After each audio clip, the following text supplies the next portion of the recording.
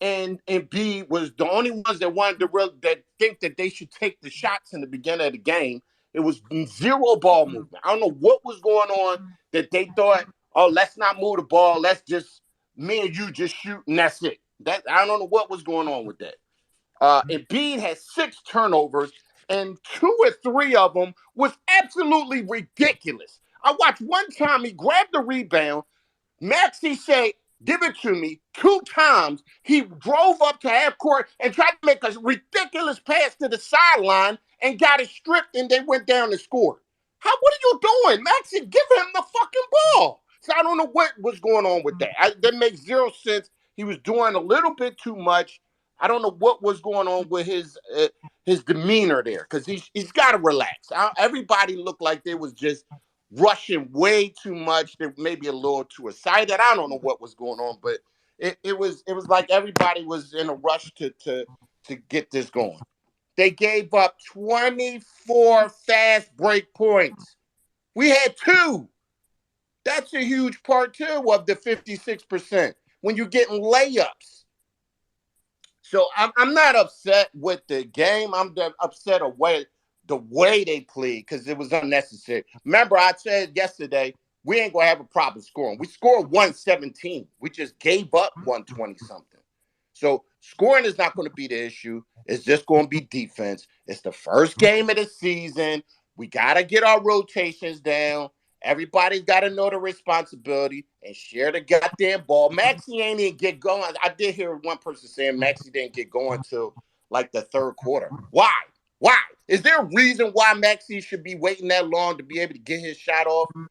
So share the ball. Harden's got to make sure of that, and we'll be fine. Everybody overreact. I hear all these people saying all this other. Come on, man, please. It's the first game of the season. We'll be fine. They play with each other, and they're not going to shoot 56% from the field all year. Even if they would have shot 48% from the field, it would have been a totally different game.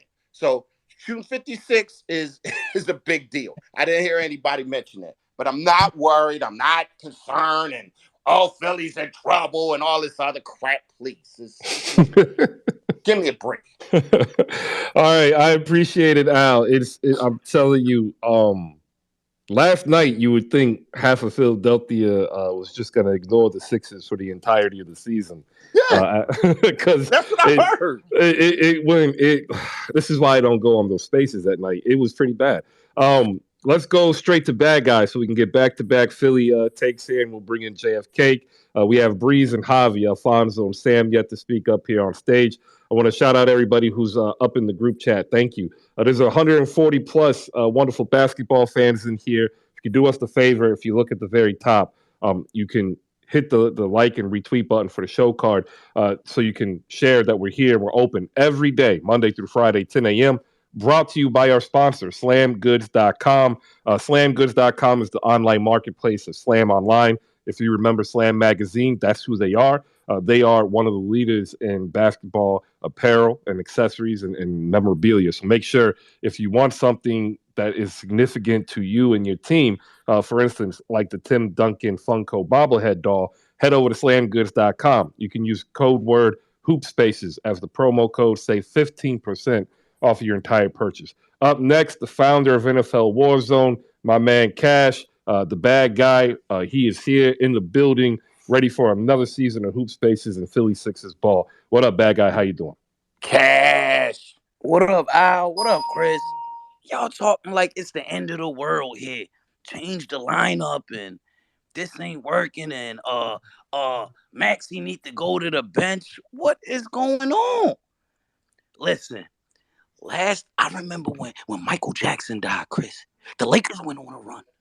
When DMX passed away, the New York Knicks went on a home tear, if I'm not mistaken. They was rocking at the Garden. And Bill Russell passes away, and people think the Sixers really have a chance to win the first game at home in his honorary memory night? What's going on out here? I'm really confused. I think it was a great game for the 76ers. I look at last year and say, James Harden was missing, and I need him to be back. And he took the first step to be back because it's about the playoffs for us. It's about the playoffs at the end of the day. I don't care if we are 1 seed, 2 seed, 3 seed, or 4 seed. All I need to see is James Harden playing like this in the playoffs and Embiid back in form. Everything is all right. Everything is all right. Everybody calm down. Calm down. We will be in the finals this year. It is the 76th year of the NBA, and the 76ers will win the championship. It's a guarantee. Oh, everybody give Bad Guy a round of applause. I can't wait for season 2. And I tell you what, like I'm not worried beyond the bench. I know we're gonna score. My issue is what I saw last night is in Maxey's development. Maxey's ready to take a lead guard role. Huh? Oh yeah, he's ready. Now, is he going to be good if he's the lead guard? No, because he's young and he needs to get the experience to become better. I'm just saying right now in his development, he is primed to have the reins That's of an what I NBA was team. saying. Like, he's ready. He's better than Ja. He's better than Edwards. But it's a pecking order, Chris. It's a pecking order over here. Well, right now the only pecking order is James Harden in front of him. It was only one game. All right. But listen though, you asking about Maxey. My real question to you is Andrew Wiggins the real Scottie Pippen Jr.? Well, okay. We'll get to that a little bit later. You could probably phrase the question better. Yeah, I'm definitely waiting to talk about that game. Chill on Wiggins, bro. Yeah, Chris, real quick, Maxey actually wanted the game having more shots than Harden. It just didn't seem like it. Oh no, he had more shots. My issue is he needs the ball in his hand. Oh, for sure. I agree. Yeah. He could be dropping 30 any given night, and he should have the free reins to do so. And the problem our four starters can drop 30 any night. And the problem is Harden needs the ball in his hand. So like that's why I'm saying I am an anti-redundant team builder, right? If I have a starting 5, I want switchability and flexibility, but I try to lean against having 2 players who play the exact same position. I see it as Tyrese Maxey and James Harden play the exact same position. What position is this? Tyrese is a 2. Ball dominant lead guard. So what I would say is let Harden go to the bench first and let Maxey take over once. Nah. Don't mess it up, man. Everything is good. Do that. We don't need no changes. Everything is good. Calm down. That's why. So nice. Well, see. We don't need no changes. See, Cash, you missed part of the opener, and I'm going to use this part. If you've missed any part of the show, you can head over to YouTube. We're powered by Audio Labs. You can catch all the previous episodes. You missed the setup to that. We don't have a facilitating guard off the bench. Like, I love the DeAnthony Melton pickup. He is not a facilitating point guard. He is a defensive combo guard who can spread the floor. Maxey's not better at facilitating. I seen him at the one last year. Like, he all right. He'll bring the ball up and give it to Embiid, but okay, again, that's why I said the free range shooter that he is. That's why I said at this point in his development, he is ready to be a lead guard. No, but that's why I'm saying when you do the first break, when the first person to come out should be Harden, and then let Maxey do his thing. You said that's what I'm saying. Not take him out of the starting lineup. They can't do their thing at the same time. Let him be the first person to go to the bench and get rest. What we really need is Jaden Springer to show up because he was drafted to actually be this answer. But Chris, I don't think he's ready for what we need him to be. And he can't get on the floor like that. He's not ready for what we need him to be. Yeah. All right. Let me go to JFK. We also have a couple other new people up here. We've got Mr. Goodman, another Sixers fan from across the pond. We'll get his thoughts. Breeze is up here. Khaleesi's up here. Javi's up here. We got another about 10 minutes up, and then we're going to go ahead and get ready to switch over to the Warriors and the Lakers. JF, go ahead. What do you got? Yeah, Chris. So first, shouts out to Bench Warmers last night. It was a good episode. Yesterday against just a Toronto fan, and for the first time in my Heat career, I actually felt like people heard me and understood what I was trying to say about the Heat. You know what I'm saying? I always come in here and talk good about my Heat, but I'm always realistic about my Heat. Like I'm not gonna say we're gonna finish first. You know what I'm saying? Because I can say we can finish fourth or sixth, and we can still end up first, and I'm still right. Which is, it makes me a lot better in my predictions. So, just shouts out to Nat for that episode last night. I really appreciated that. But moving on to the Sixers, to be honest with you, looking at the bench, Chris, no, not a lot of production. I mean, you're going from your starting five having 30 plus minutes to your bench. Your leading bench player had 21 minutes. You know what I'm saying? Then you got 16, 12, 11. And then Matisse Thybulle with 0 points. Was he injured, Chris, or something? Because he didn't play last night. Nah, he I think he got 10 seconds. Well, I don't know if they record 10 seconds or if They don't. They don't. Okay, so you got to be in at least a minute.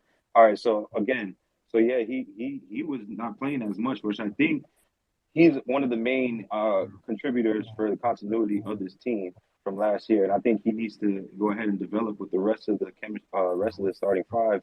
And I think what Doc Rivers didn't do is have good lineups. I think what he tried to do is just use his players to win the game, and just let them do what they do. So I'm always trying to figure out what Doc Rivers is doing. Now I'm not saying anything bad about the coach Doc Rivers. But sometimes when Glenn Rivers comes out, then I gotta say a couple things. You know what I'm saying? So I haven't really seen Glenn Rivers last night. I'm not gonna really put it all on him because I would have to say Joel Embiid didn't play his best game.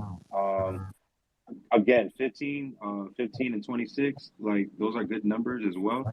But it's still the way he played defense. I don't think it was as good. And why is he at the three so much?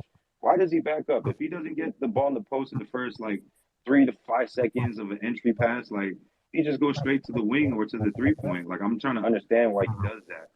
So just moving forward with the 76ers, I don't think there's that much to worry about until it comes playoff time. All right. I mean, I disagree. We just put up 116. Same energy, boss. Was that shade to James Harden? That's crazy. All right. Y'all cooking the wrong person. Y'all cooking the wrong person. I can't say anything bad about James Harden because he did what he did last night. I mean, a lot of people showed great things. And to a bad guy's thing, it's hard to beat the Boston Celtics coming off a loss from the finals. Obviously, they had that little Bill Russell memorial. So there's a lot of emotional morale into that, Boston win. So I'm not saying that Philly played a horrible game last night. It's just certain things I didn't expect to see from Joel in the first game. That's all. Oh man, I look. Joel wants to be a guard because every big wants to be a guard because that's what they see Curry and they like I could do that and we're like no you can't because if you could you already would have been doing it. Like just stop. Go to the post. Like you had Grant Williams on you. Grant Williams. He's 6'5". You're like literally 7 inches taller. All you had to do was put your arm up and call for the ball. And you know what would have happened? The ball would have rotated. It would have got to your hand. And then all you had to do was wait for the double team you knew was coming and then swing the ball out. Like it's not – you should have been doing this for 15 years by now. It boggles my mind. Boggles the mind. Hey, Chris, did you see they changed some